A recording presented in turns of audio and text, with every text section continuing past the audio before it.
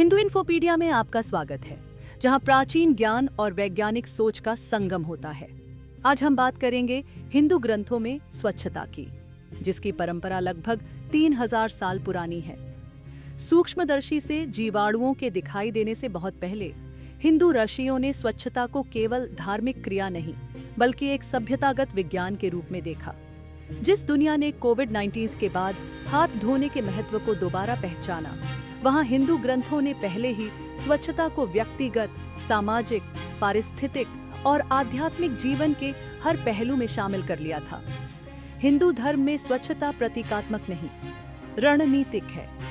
ऋग्वेद और मनुस्मृति में भोजन से पहले हाथ धोना, पवित्र स्थलों में प्रवेश से पहले जूते उतारना और स्नान जैसे अनुष्ठान केवल आध्यात्मिक नहीं थे, वे पर्यावरण के साथ संतुलन में निभाए जाने वाले रोग निवारक उपाय थे। ब्रिटिश उपनिवेश काल में नीम, हल्दी और राख जैसी आयुर्वेदिक स्वच्छता विधियों को अवैज्ञानिक कहकर नकारा गया, लेकिन आज वही तत्व एंटीबैक्टीरियल गुणों के लिए वैज्ञानिक अनुसंधान का विषय बने हुए हैं। ऋग्वेद में जल को केवल पवित्र नहीं, औषधि माना गया है।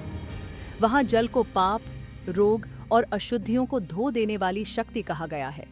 मनुस्मृति में विस्तृत स्वच्छता नियम दिए गए हैं, जो सार्वजनिक स्वास्थ्य और पर्यावरणीय स्वच्छता दोनों को बनाए रखने हेतु निर्देश देते हैं। दैनिक जीवन में स्वच्छता एक सुव्यवस्थित पद्धति थी।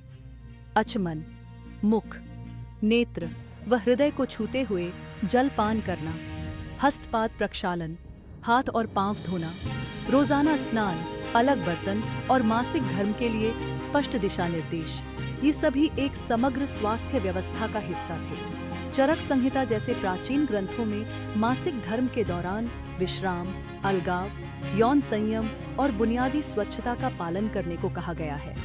ये नियम दंड नहीं थे, ये संरक्षण के उपाय थे। आधुनिक विज्ञान भी अब इन बातों से सहमत है। प्रसवोत्तर देखभाल, सुतिका परिचर्या में विश्राम, सीमित संपर्क और अलगाव का निर्देश दिया गया। यह एक प्रकार की प्रारंभिक क्वारंटीन प्रणाली थी। मृत्यु के बाद अशौच का पालन शरीर और मन की शुद्धि के साथ साथ समुदाय की रक्षा के लिए भी आवश्यक समझा गया।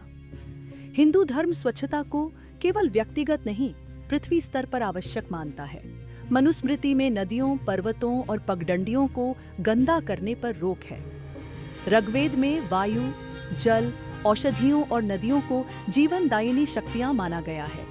ये निषेध केवल धार्मिक नहीं थे, वे पर्यावरणीय नैतिकता के प्रारंभिक रूप थे। आज ये सभी परंपराएं WHO, CDC और वैश्विक स्वास्थ्य संस्थाओं द्वारा प्रमाणित हो चुकी हैं। नीम से दंत स्वच्छता हो या सुश्रुत संहिता में सर्जरी से पहले सफाई के निर्देश, ये किसी मिथक का हिस्सा नहीं थे, बल्कि ये पूर्व आधुनिक सार्वजनिक स्वास्थ्य प्रणालियां थीं।